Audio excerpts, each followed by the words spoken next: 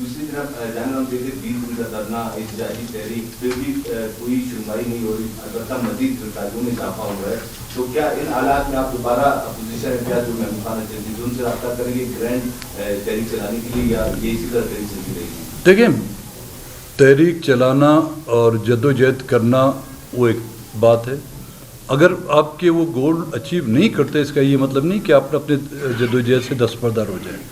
آپ جدوجہد کے مختلف ہتھ کنڈے اور مختلف طریقے استعمال کرتے جو ہم کرتے آ رہے ہیں، اور ہم نے ابھی تک سرنڈر نہیں کیا. جہاں تک دوسری جو جماعتیں ہیں احتیاط بنانا ہے، وہ اس وقت قبل از وقت ہے. جو ایک مرکز میں تحفظ آئین پاکستان اتحاد ہے، اس کا ابھی تک تو ہم حصہ ہیں.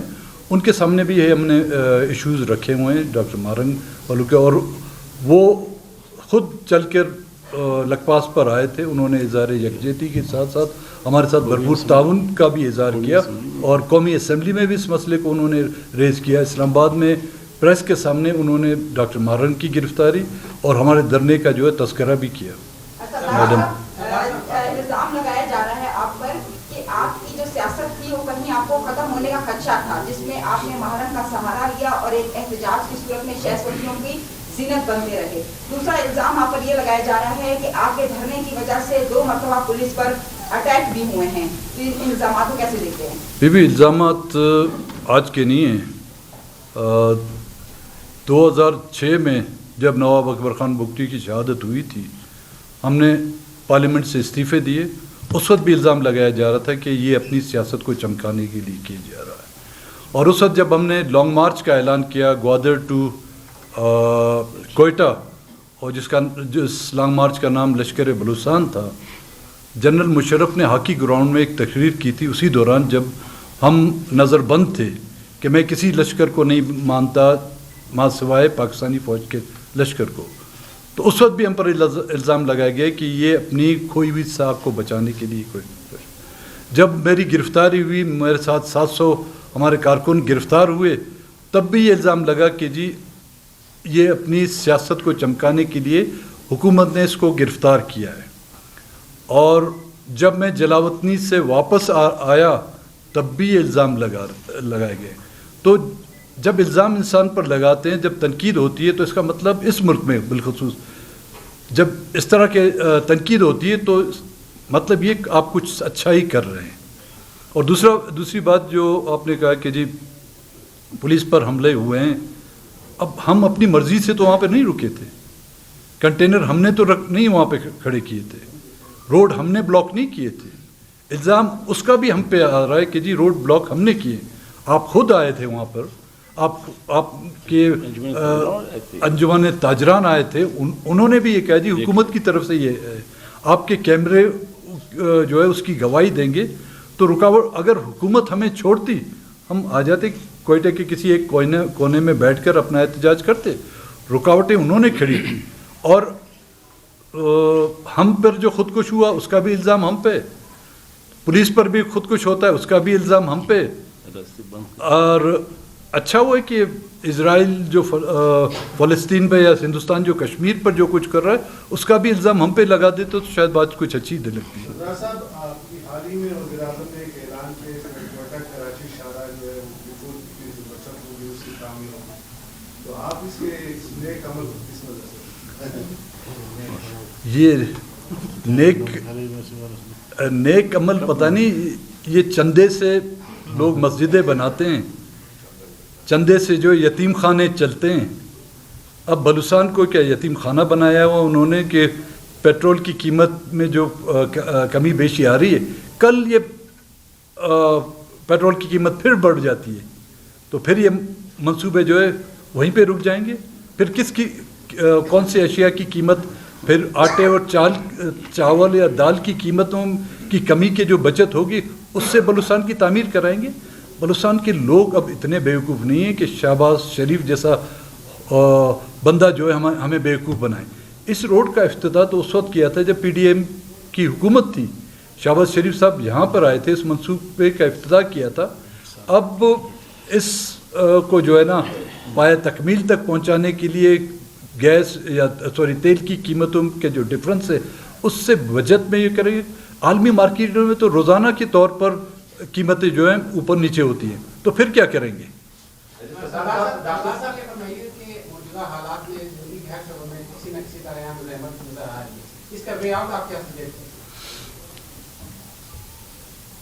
وے آؤٹ سنا کہ ہم لوگ تھک چکے ہیں, لیکن ان کو سمجھنے کے بجائے وہ بلوچستان کے مسئلے کا حل نکالنے کے بجائے وہ ہر کوئی سلطان رائی بنا بیٹھا ہے, مولا جٹ بنا بیٹھا ہے, اور بلوچستان کے لوگوں کو دھمکیاں دی جا رہی ہیں. چند تمغے اپنے سینے پر, اس سے زیادہ تو تمغے تو آپ لوگوں نے میرے سینے پہ لگائے ہوئے ہیں, تمغے لگا کر اور چیخ کر بلوچستان کے لوگوں کو دھمکیاں دینا. کیا یہی دھمکیاں آپ کی یحییٰ خان نے اپنے ایسٹ پاکستان کے دور میں نہیں دی تھی؟ کیا یہی دھمکیاں جنرل مشرف نے کہ ہم ان کو اس طرح ہٹ کریں گے, ان کو پتہ نہیں چلے گا کہ 500 لوگ ہیں, ان کو جو ہے ختم کر کے رکھ دیں گے. لیکن آج تو خود وہ ایڈمٹ کر رہے ہیں اپنی فگرز, وہ 500 سے 1500 تو ہو گئے ہیں. وہ کیوں ہوئے 1500؟ ان کے رویے کی وجہ سے, ان کی ظلم و زیادتیوں کی وجہ سے. وہ انسرجنسی جو کبھی ایک ضلع چند علاقوں میں تھی, آج پورے بلوچستان میں پھیل چکی ہے. اگر یہی رویہ رہا, بلوچستان کا مسئلہ حل تو نہیں ہوگا, نہ ہی یہ ختم ہوگا, بلکہ اس میں اور پیچیدگیاں آئیں گی. یہاں پر جب تک کہ وہ مائنڈ سیٹ چینج نہیں کیا گیا ہے, جب تک کہ بلوچستان کو اس ملک کا ایک حصہ تسلیم نہیں کیا گیا ہے, بلوچستان کے لوگوں کے ساتھ نوآبادیاتی طرز جو حکمرانی ہے وہ ختم نہیں کیا گیا ہے, بلوچستان کا مسئلہ حل نہیں ہوگا. ریاست کے ادارے, یہاں پر آنے والی حکومتیں, چاہے جو بھی حکومت آئی ہے, وہ ریاستی اداروں کی ڈکٹیشن پر چلتی ہیں. یہاں پر ایک زمانہ تھا کہ سیکٹر کمانڈر کو ہیڈ ماسٹر کہا جاتا تھا, آپ لوگوں کو یاد ہے؟ سیکٹر کمانڈر کو ہیڈ ماسٹر, آج وزیر اعلیٰ اس کو باس کہتا ہے. کتنی ترقی ہوگی ملک میں, صوبے میں, کہ وہ ہیڈ ماسٹر اب جو ہے ان کا باس بن گیا ہے. 18 گریڈ کا ایک آفیسر جب وزیر اعلیٰ اس کو اپنا باس کہے تو اس ملک کی بدقسمتی نہیں؟ تو اس کا مطلب سیکریٹریٹ میں بیٹھے ہوئے اسسٹنٹ کمشنر سے لے کر ڈپٹی کمشنر وہ تو اس کے باس ہوئے, کمشنر تو اس کا مائی باپ ہوا, چیف سیکرٹری تو پتہ نہیں کیا ہوتا ہے. تو کہنے کا مقصد یہ کہ بلوچستان کے مسائل جب تک کہ انہوں نے GHQ سے پولیٹیکل طریقے سے اپنے پاس نہیں رکھے, اور وہ ایک جینیون اور پولیٹیکل مسئلہ ہے. بلوچستان کے مسئلے کو فوج کشی اور بموں توپوں سے حل کرنے کی کوشش کی جائے گی, یہ مسئلہ اتنا طول پکڑے گا تو پھر شاید بلوچستان کے لوگ, ہمیں دوسرے علاقوں میں ویزا کی ضرورت ہوگی اور دوسرے علاقوں کو بلوچستان میں آنے کے لیے ویزے کی ضرورت ہوگی. آپ جو بات کر رہے ہیں, آپ یہ دیکھیں جب آپ احتجاج پر بیٹھے ہوئے تھے, آپ کے اپنے بلوچستان کے جو MPs ہیں یا انہوں نے آپ کے متعلق بہت کچھ کہا, تو آپ دوسروں کو الزام لگا رہے ہیں. تو آپ یہ بتائیں جب آپ کے بلوچستان کے جو منتخب نمائندے ہیں وہ اس قسم کے الفاظ استعمال کرتے ہیں تو ان کے بارے میں کیا کہیں؟ دیکھیں, ان کی قیادت میرے بارے میں کچھ کہتی تو ان کو میں جواب دے سکوں. ان کو میں لائق نہیں سمجھتا, قابل نہیں سمجھ کے ان کو جواب دوں. فارم 47 سے آئے ہوئے کو کوئی ہمارے پاس کاش فارم 47 والا ہوتا تو اس کو جواب دے سکتا تھا. Thank you G.